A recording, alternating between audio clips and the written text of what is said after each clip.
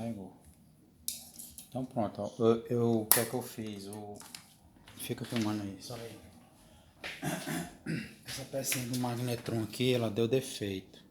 Ela fica bem aqui, ela faz um encaixe, né? A conexão do transformador de alta pro magnetron. Aí ela ficou conduzindo desse pino para carcaça, que esse ponto aqui é conectado na carcaça, ficou conduzindo. Então tava dando um curto. Aí o que é que eu fiz? Tá um pouquinho quente aqui que eu tava com ele ligado.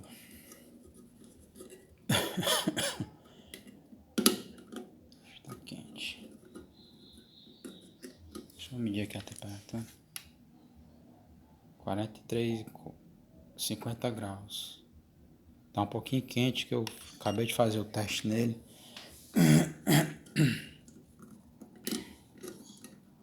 Vou abrir aqui.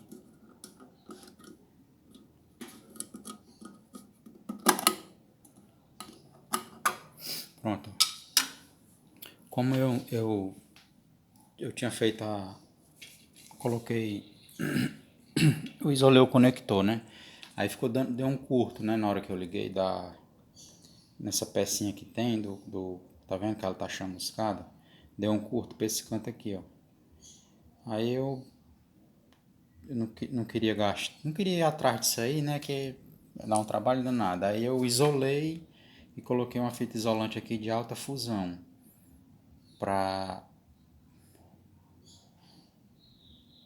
isolar e não ter mais problema do curto, né?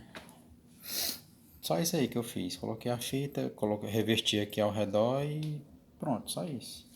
Problema resolvido. Já testei e tá funcionando. Então, quem quiser não gastar muito e tentar essa possibilidade aí, o problema não era o capacitor, como eu achei no início, era curto na carcaça do magnetron. Tá aí a solução.